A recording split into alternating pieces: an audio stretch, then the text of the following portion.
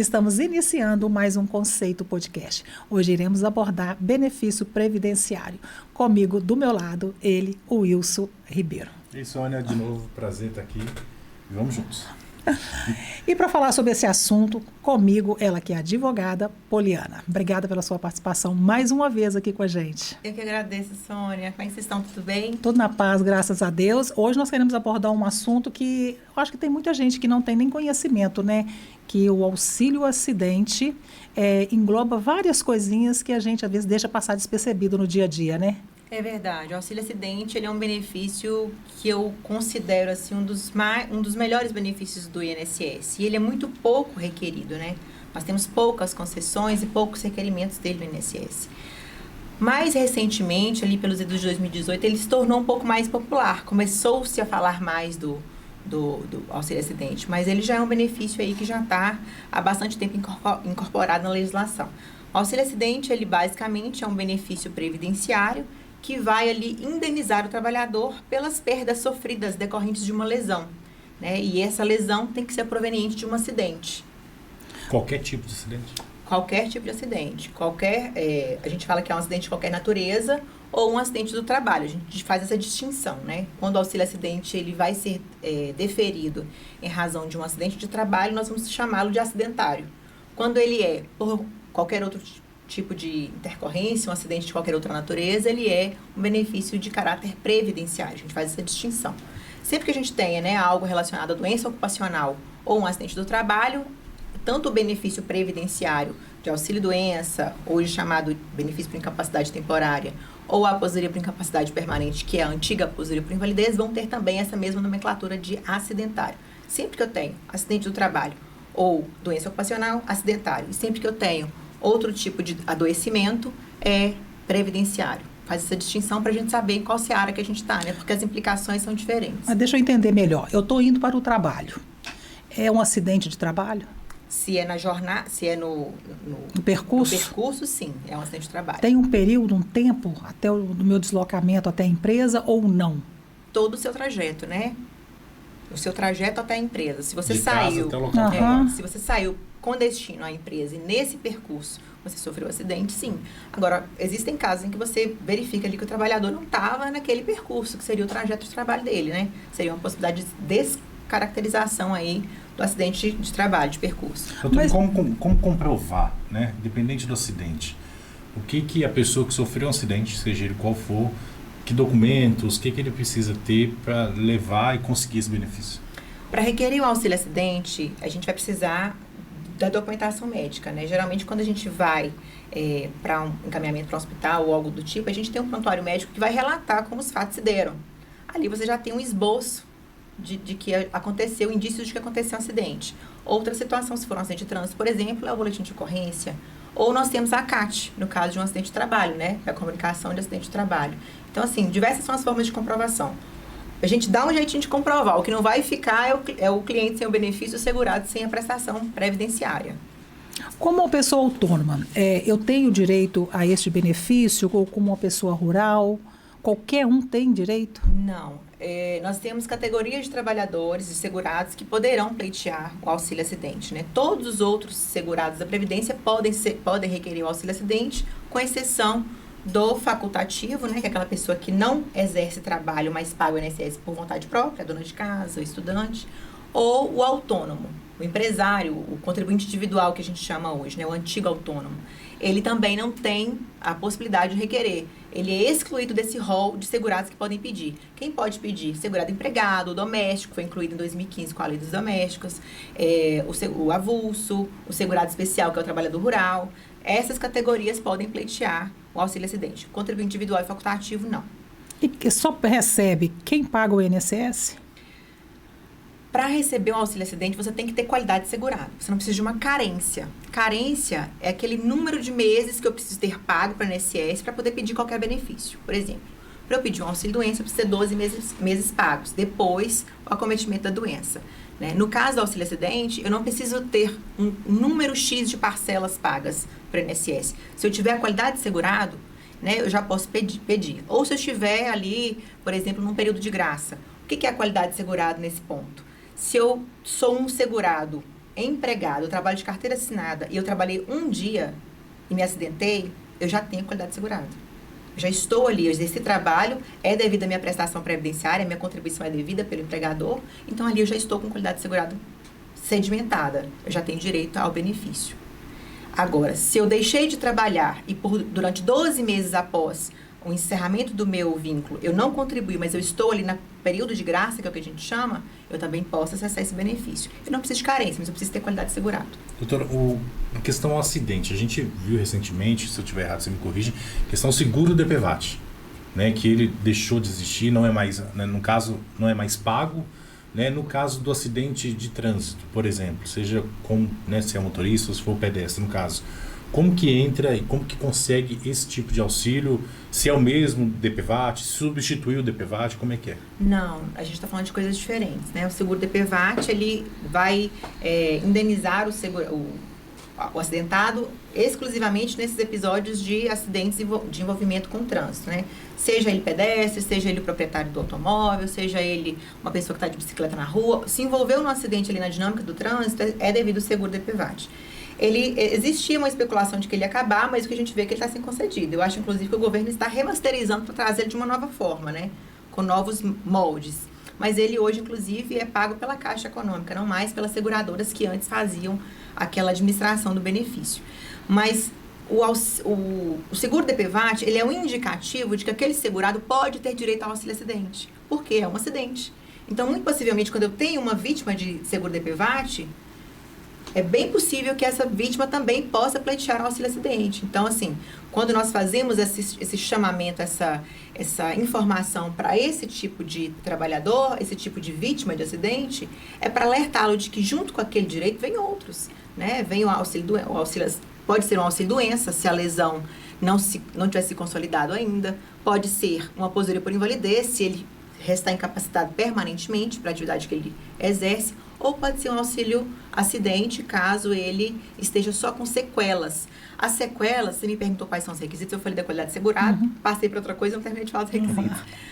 Um dos requisitos é que haja uma sequela de um acidente. Essa sequela, ela tem que estar consolidada, quer dizer, eu já passei ali por um momento de incapacidade, né? Eu tive ali a minha restauração, meu restabelecimento, e restou uma sequela. Ficou algo que me impede de trabalhar da mesma forma que antes. Eu tenho que impingir um esforço maior para fazer aquela mesma coisa que eu fazia antes. Aquele mesmo trabalho eu faço ele com mais esforço, mais sofrimento. Esse é o caso. Esse é o caso em que o segurado vai ter direito ao auxílio-acidente.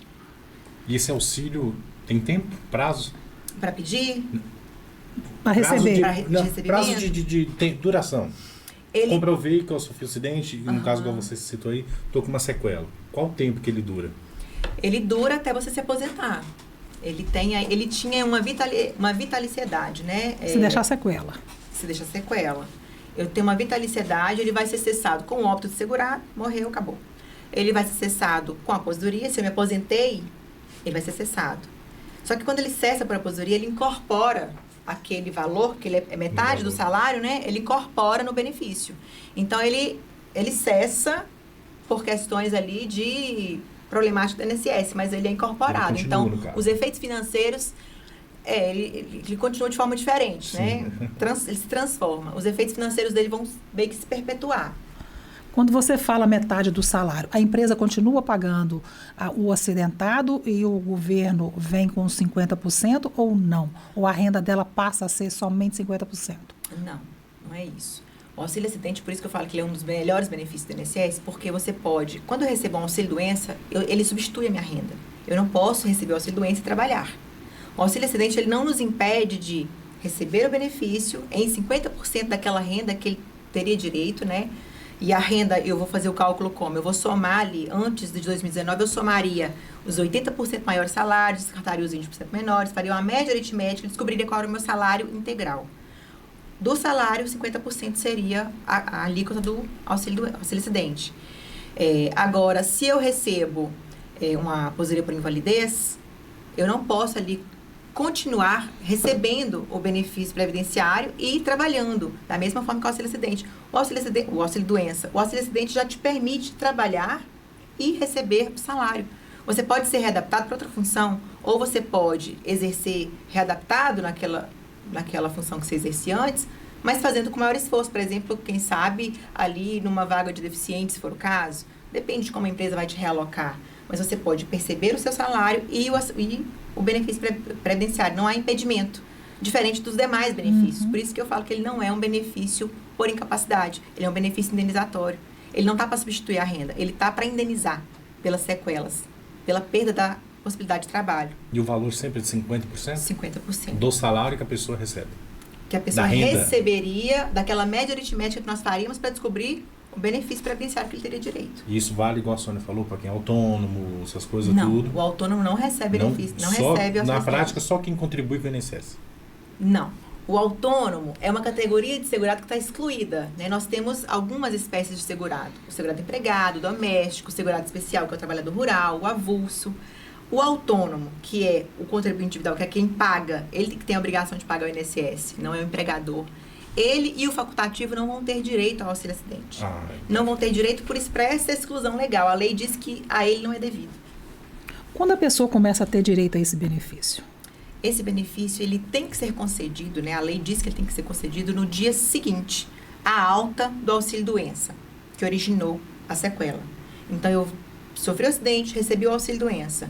Se restar sequelas, a própria perícia médica tem que do INSS, a perícia médica federal, tem que indicar que é um caso de conversão em auxílio-acidente. Só que não é assim que acontece. O INSS, ele não faz esse indicativo de cara, né? Muitas vezes a gente tem que judicializar. E aí, diversas vezes o segurado vai descobrir que tem direito quando vai para um advogado, ele vai analisar aquela cópia de processo e verificar que lá atrás deveria ter sido implantado para ele, em sequência ao auxílio-doença, o benefício de auxílio-acidente. Além do direito de receber o benefício, qual outros direitos e deveres que o beneficiado teria? Do auxílio-acidente? Do auxílio-acidente. Se ele recupera a capacidade, ele tem que informar ao INSS, né? Essa, inclusive, é uma das possibilidades de cessação. Quando é que acaba? Acaba quando ele recupera a capacidade ou ele é reabilitado. Inclusive, em relação a esse questionamento, nós tivemos em 2022 uma lei que veio incorporar alguns procedimentos de revisão. E o auxílio-acidente, ele não era um benefício que era revisto. Ele entrou para o pente fino em 2022. Então, nós tínhamos um benefício praticamente que vitalício até a aposentadoria, ou até o óbito, ou até alguém restabelecer. Geralmente, se a pessoa restabelecia, ela não vinha no INSS dizer que restabelecia, então o benefício continuava. E agora, em 2022, sobreveio, né, uma normativa que diz que o auxílio-acidente também tem que passar pelo pente fino, né? Então, as pessoas que estão em gozo de auxílio-acidente estão sendo chamadas para essa perícia de revisão. É uma coisa nova, né, e que veio trazer aí um basta aí nessa sensação de vitaliciedade. Doutor, igual você falou de quem se acidentou e tal. Hoje, né, quem está vendo essa entrevista aqui, consegue fazer retroativo? Vendo você explicando o que é, eu me encaixo nesse perfil, posso procurar, tem chance? Tem chance.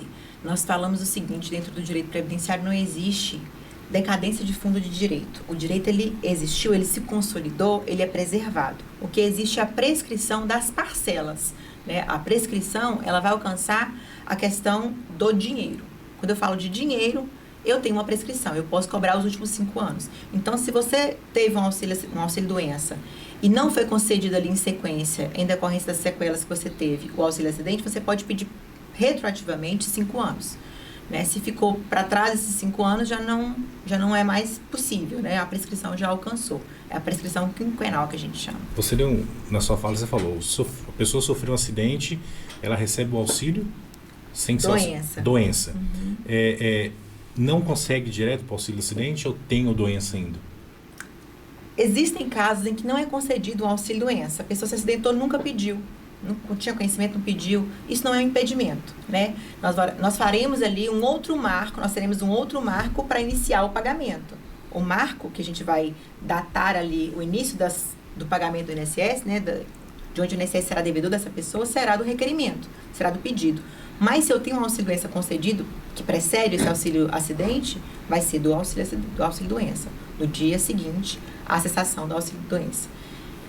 Então, a pessoa, no caso, desse caso do auxílio-doença, terminou o prazo, posso pedir o de acidente. O nome auxílio, doença, a gente até confunde.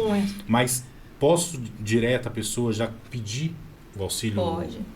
Pode pedir. E esse pedido é feito direto no INSS, precisa ter um auxílio, acompanhamento do advogado? Como que funciona essa parte, até para quem está em casa entender?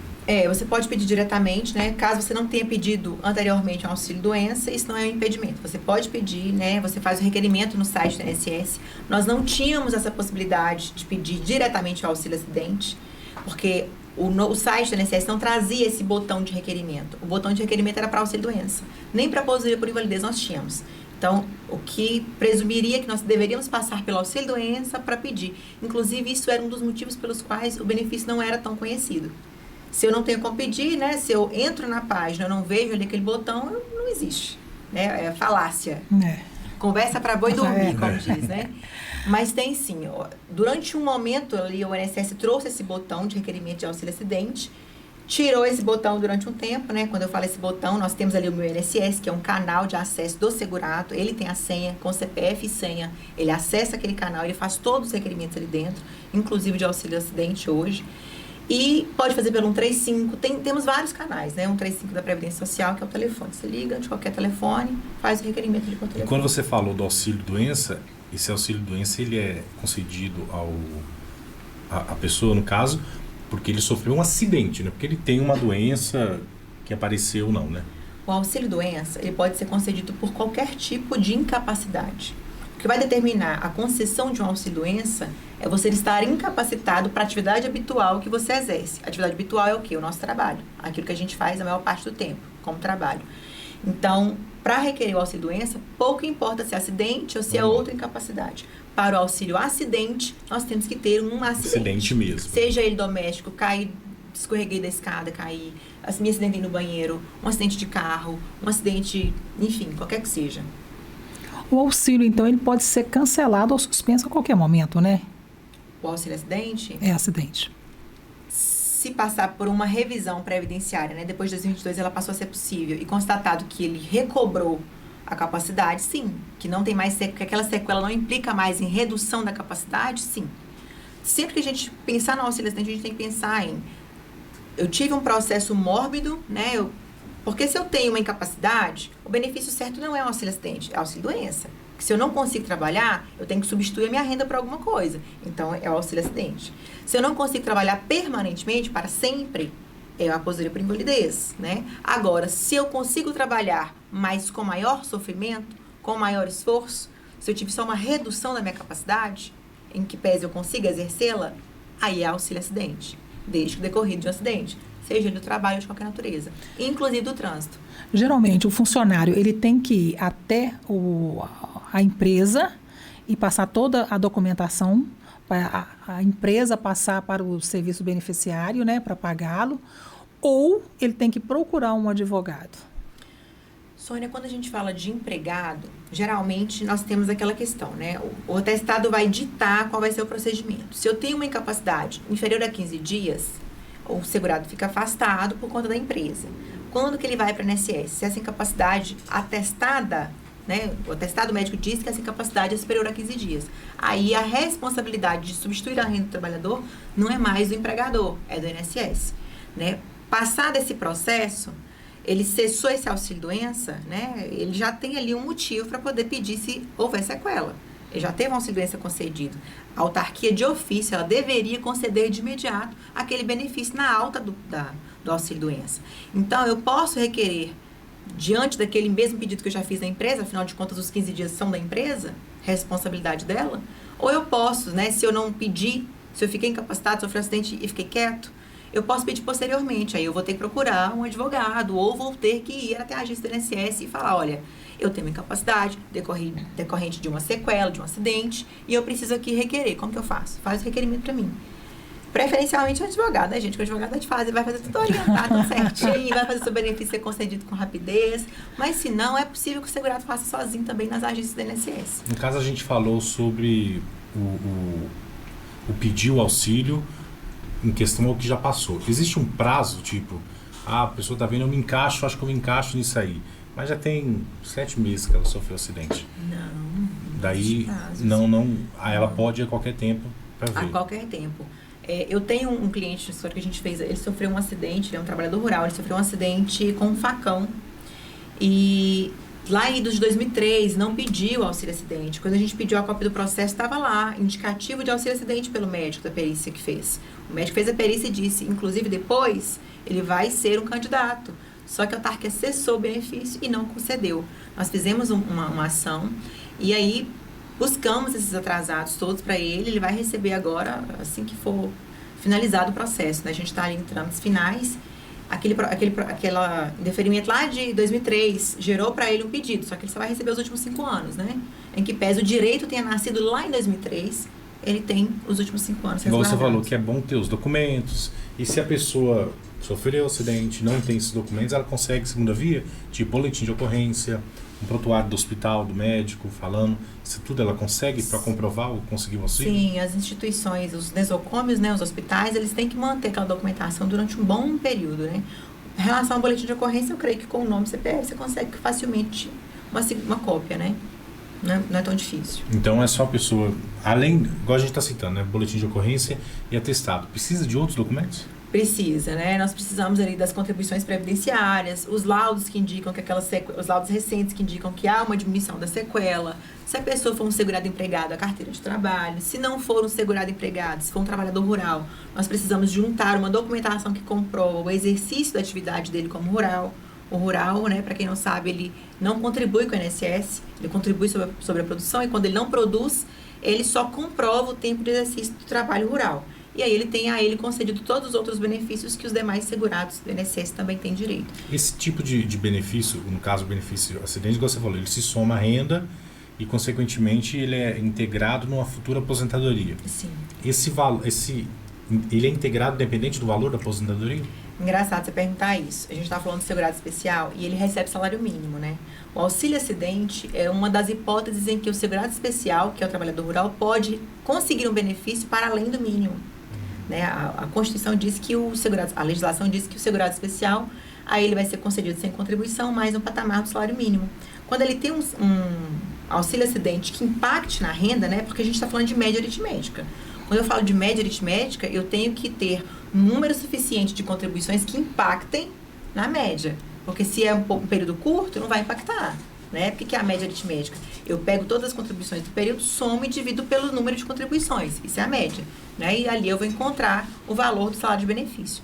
Se esse segurado teve contribuições, né, recebeu auxílio acidente por um número significativo que vai impactar nessa renda, ele consegue receber até mais que o salário mínimo.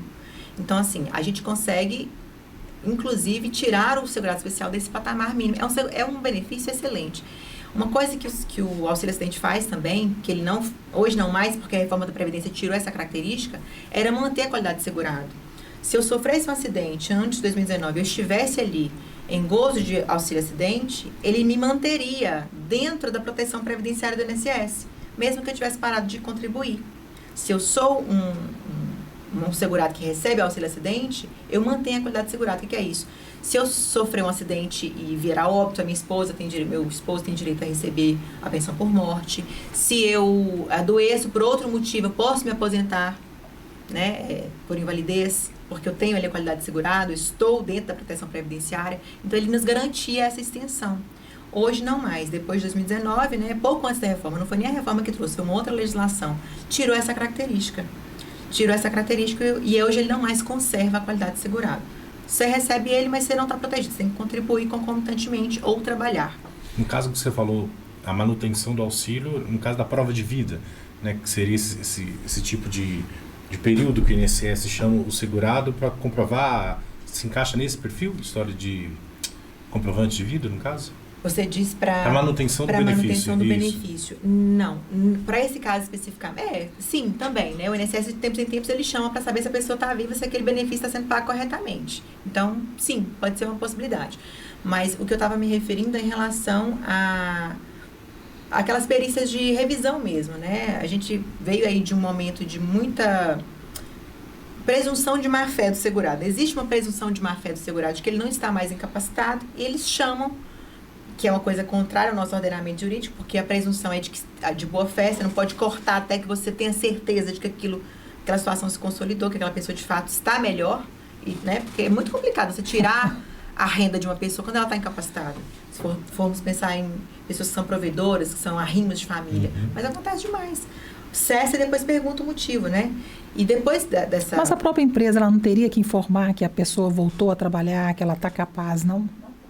Sim, mas não para o auxílio-acidente. O auxílio-acidente ele vai ser pago independentemente da pessoa estar trabalhando. Ela pode receber a renda dela do trabalho e o auxílio-acidente. Né? E assim, mas é raro que a sequela se restabeleça, né? Se regenere de uma forma que a pessoa volte a fazer da mesma forma. Pode existir, pode haver o caso, né? Mas é raro, tanto que não era revisado antes, agora é. E o período dessa revisão tem ano em ano, dois anos? Não tem uma revisão. O governo, de tempos em tempos, ele faz aquele chamamento, né? A gente chama de pente fino. A operação pente fino vem e aí os benefícios, as pessoas que estão em gozo de benefício por incapacidade, que são auxílio doença, aposentadoria por invalidez, já são chamados. E para esses benefícios existe previsão. Agora, para o auxílio acidente não havia, passou a haver, junto com esses benefícios também vai ser chamado, e aí pode cessar ou não. Nessa revisão, ele passa por uma junta médica, né, vai avaliar. Se caso ele perde esse benefício, ele consegue judicialmente reaver, tentar negociar não, é tentar negociar, porque negociar com o INSS, ele consegue rever se é possível ou não, revisar. É possível revisar. Sempre é possível, né? Nem sempre a decisão indeferitória da INSS, ela vem fundamentada no que de fato acontece. A gente sabe que dos benefícios concedidos, 90% contém algum erro. Então, a gente precisa mesmo estar atento, né, ao que foi feito, a perícia que foi realizada. Às vezes a pessoa não vai bem municiada de documentação médica, vai com um documento médico que não está ali muito legal, não está retratando a realidade do que ele vive. E por isso que é importante, às vezes, a intervenção de uma pessoa, né, que de fato faz aquilo com habitualidade, que tem experiência no que faz. Porque o segurado, muitas vezes, ele se conforma com o não da autarquia. E nem sempre esse não está correto. Na maioria das vezes ele está errado. Então, é muito fácil que a gente judicialize isso e obtenha um deferimento, né? Uma revisão daquilo que o INSS inicialmente negou. Quando a gente fala auxílio acidente, você imagina, né, que qualquer acidente que acontecer, né, que você vai receber, né? Eu tinha essa convicção, qualquer acidente, seja ele no sábado, no domingo, durante o trabalho, que a pessoa receberia. E, na verdade, não é, né? Só quando tem carteira assinada, está em dias, né, com os pagamentos, aí sim a pessoa vem a receber esse benefício. Aí a gente precisa fazer uma distinção entre, acho que você deve estar confundindo em relação ao seguro DPVAT e o auxílio acidente. O seguro DPVAT, ele não é um benefício previdenciário. Né? O seguro DPVAT, ele tem uma outra característica, ele é indenizatório também, mas ele é específico para esses casos de acidente de trânsito, né? Seja ele da forma que for, a pé, de carro, bicicleta. Agora, o auxílio acidente, ele pressupõe que você tenha qualidade segurada, você tem que estar dentro do sistema previdenciário, você tem que estar ter contribuído nos últimos 12 meses, né? Que é o período de graça que a gente chama. Você tem que estar dentro dessa qualificação e tem que ser um dos segurados que são ali, né, habilitados pelo rol do artigo 86. Você colocou que a pessoa autônoma não tem direito, mas ela paga os impostos como outro qualquer, paga o INSS dela. Ela entraria em qual benefício? Ela tem direito a todos os outros benefícios da Previdência. Auxílio doença, a aposentadoria por invalidez, a aposentadoria, todos. Ela só não tem direito ao auxílio acidente por exclusão legal. Ele não está lá no rol, o legislador não quis colocá-lo e ponto. Ele não está lá, ele não cabe. É como aqueles casos do adicional de 25%. Teve uma discussão muito recente em relação... São todas as aposentadorias que vai ser devido ao adicional de 25%, né? Durante um tempo concedeu-se o adicional para superinvalidez para outros benefícios que não fosse a aposentadoria por invalidez. E depois, né, veio o julgamento dos temas e ficou entendido que não. Por exclusão legal, o que o artigo fala? Que é só para a aposentadoria por invalidez será acrescido 25%. Para quem tem superinvalidez, precisa de um auxílio terceiro. É o mesmo fundamento. Por exclusão legal, não está no artigo, não está no rol da legislação, ele não vai ser concedido, não vai ter concedido para ele. Quando a gente fala de acidente, tem os acidentes pequenininhos, né, que tem sequelas pequenas, médias e grandes. Uma sequela pequena, o que seria? Uma sequela pequena, o que seria? Suponhamos que eu perdi o dedo mindinho, eu sou um digitador. Ou qualquer que seja a redução da minha capacidade. Se eu não digito mais na mesma velocidade, vamos supor que eu sou uma escrevente de cartório. Eu uso o quê para fazer? Se eu não consigo mais com aquela mesma velocidade, que os meus colegas de mesma categoria, eu tenho uma redução. Eu faço, mas eu faço com maior esforço, ou eu faço em maior tempo. Eu não faço igual fazia antes. Então, eu saio daquela média, do homem médio, que exercia aquela mesma função. Então, ali eu deixo de ter, eu adquiro o direito ao auxílio-acidente. Não é só ter o problema, a sequela. A sequela, ela tem que diminuir sua capacidade. Sempre que houver isso, ela é concedida. Ainda que mínima, Sônia. Ainda que seja um dedinho. No caso, pegando esse gancho que a Sônia falou, eu no acidente machuquei o meu joelho, fiz a cirurgia e vou ter que ficar afastado, ou eu consigo trabalhar, mas com limitação por 10 meses. Eu tenho um período ali. Esse auxílio entra nesse caso? Para esse período de 10 meses, eu tenho auxílio-doença. Né? Quando é temporário... O acidente, mesmo vindo de um acidente, não entra? Não entra. Agora, eu fiquei afastada desses 10 meses, já consolidou, já sarei o que tinha de gesso, como chama, titânio, já tô saradinha, tô boa, já restabeleci. Mas eu fiquei com, por exemplo, perdi a força de flexão, eu perdi ali talvez a força nas pernas, não consigo ficar em pé o quanto eu conseguia antes. É sequela. Sequela é o quê? Pressupõe uma consolidação. Eu sarei, eu melhorei e restou uma incapacidade, uma sequela, uma mínima consequência. Mínima que seja, ainda que mínima. Se ela te incapacitar, ela pode ser mínima, mas ela vai te gerar o direito ao benefício. O funcionário pode ser mandado embora durante esse período? Do auxílio-acidente, o auxílio-acidente ele não dá direito à estabilidade no trabalho. O que dá direito à estabilidade no trabalho é o benefício acidentário, que aí é aquilo que eu expliquei no início. Sempre que eu tenho uma doença ocupacional, que é do trabalho, adquirida por causa do trabalho, ou um acidente do trabalho, aí eu vou ter estabilidade de 12 meses. Nesse período eu não posso ser mandado embora. Agora, o auxílio-acidente, ele não te confere, é porque acidentário e acidente, dentro da legislação previdenciária, ela é diferente. Tem uma diferença sutil, mas tem. O auxílio-acidente, ele não traz só essa característica de relacionado ao trabalho. Tanto que ele vai ter a modalidade acidentária, auxílio-acidente acidentário e auxílio-acidente previdenciário, que é o que distingue os dois. É complexo, né, Wilson? É complexo. A gente vai pegar auxílio aqui, você até confundir os nomes que tem agora. Confunde, até eu confundi aqui. Realmente é muita informação, né? A melhor coisa que tem uma pessoa a fazer realmente é procurar um advogado que entenda, né? Que realmente sabe aonde que a pessoa tem que se enquadrar, né? A perícia médica ela vai ser determinante ali para esses casos, né? Para dizer da sequela. Às vezes o advogado ele encontra o indício de que existe uma sequela, mas aí ele precisa da perícia médica para poder atestar. Por isso que a gente às vezes judicializa aquele benefício, leva para a Justiça Federal, né? Ou para a Justiça Comum, depende de qual for ali o fundo daquele direito, aquele acidente, qual a origem.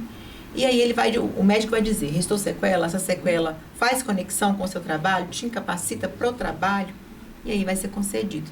A mesma coisa o INSS deveria fazer, não faz. Não faz de ofício, né? Mas é uma obrigação dele de ofício conceder. Aí os advogados vêm e faz, né? Aí a gente faz. Wilson, muito obrigada pela sua participação mais uma vez. Doutora Poliana, mais uma vez, muito obrigada. Nós vamos chamar, porque a gente já viu que a gente tem várias vertentes de benefício. E a gente realmente precisa entender, né? Saber quais são os direitos que a gente não sabe, né? É verdade, Sônia. Eu fico muito feliz com o convite. Sempre que me convidarem, eu vou estar aqui disposta a bater esse papo. Obrigada. Conceito Podcast. Se inscreva em nosso canal.